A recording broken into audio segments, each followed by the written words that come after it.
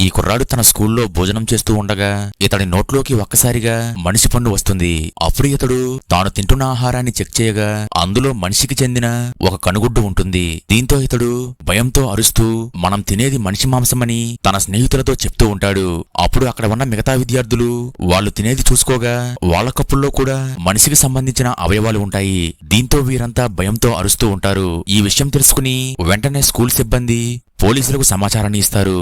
అయితే పోలీసులు వెంటనే ఆ క్యాంటీన్కి చెందిన కిచెన్లోకి వెళ్లి అక్కడ ఉన్న ఆహారాన్ని పరిశీలించగా ఆ ఆహారమంతా మనిషి మాంసంతో నిండిపోయి ఉంటుంది. అయితే వీళ్లు బాగా పరిశోధన చేసి ఈ మాంసం చనిపోయిన వ్యక్తిది కాదని, బ్రతికొండగానే అతన్ని మొక్కలుగా చేసి ఇలా ఆహారంగా తయారు చేశారని ఆ పోలీసులతో వచ్చిన డాక్టర్ చెప్తాడు. అయితే ఆ స్కూల్ ప్రిన్సిపల్ మేము వీటిని స్వయంగా తయారు చేయమని ఒక ఫుడ్ ఫ్యాక్టరీ నుంచి ఆర్డర్ పెడతామని చెప్తుంది. దీంతో వీళ్ళు వెంటనే ఆ ఫుడ్ ఫ్యాక్టరీ దగ్గరికి వెళ్తారు. అయితే అక్కడ ఉన్న మేనేజర్ వెంటనే తమ ఫ్యాక్టరీలో ఉన్న మిగతా ఫుడ్ బాక్సులు చెక్ చేయగా అందులో కూడా ఇలా మనిషి మాంసం ఉంటుంది. అప్పుడు ఈ మేనేజర్ ఇక్కడ పనిచేసే సిబ్బంది ఎవరో పొరపాటున ఇలా ఆహారంలో పడిపోయి ఉంటారని, అందుకే ఇలా పొరపాటు జరిగి ఉండొచ్చని చెప్తుంది. కానీ డాక్టర్ మాత్రం ఈమె మాటలను కొట్టివేస్తాడు. ఎందుకంటే అలా పొరపాటుగా పడిపోతే ఆ మనిషి బట్టలు కూడా ఉండాలి కదా, కానీ మాంసం మాత్రమే ఆహారంలో ఎందుకు ఉందని అంటాడు.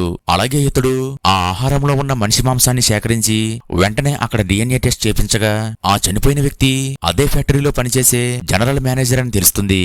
అయితే అంత పెద్ద పొజిషన్ లో ఉన్న వ్యక్తిని ఇంత క్రూరంగా ఎవరు చంపారని వీళ్ళు ఆలోచిస్తూ ఉంటారు. అదే సమయంలో వీళ్ళ అసిస్టెంట్ అక్కడికి వచ్చి ఆ చనిపోయిన మేనేజర్ ఒక కొత్త రకమైన ఫుడ్ శాంపిల్ తయారు చేశాడని, ఆ శాంపిల్ బయటికి వస్తే ఈ ఫ్యాక్టరీ మూతపడిపోతుందన్న భయంతో ఎవరో ఈ ఫ్యాక్టరీకి చెందిన వాళ్లే అతడిని హత్య చేసి ఇలా ప్యాక్ చేసిన ఆహారంలో కలిపేశారని ఈ అమ్మాయి చెప్తుంది. ఆ తరువాత ఏమైందో తెలియాలంటే ఈ వీడియో లైక్ చేసి నెక్స్ట్ పార్ట్ ని కామెంట్ చేయండి.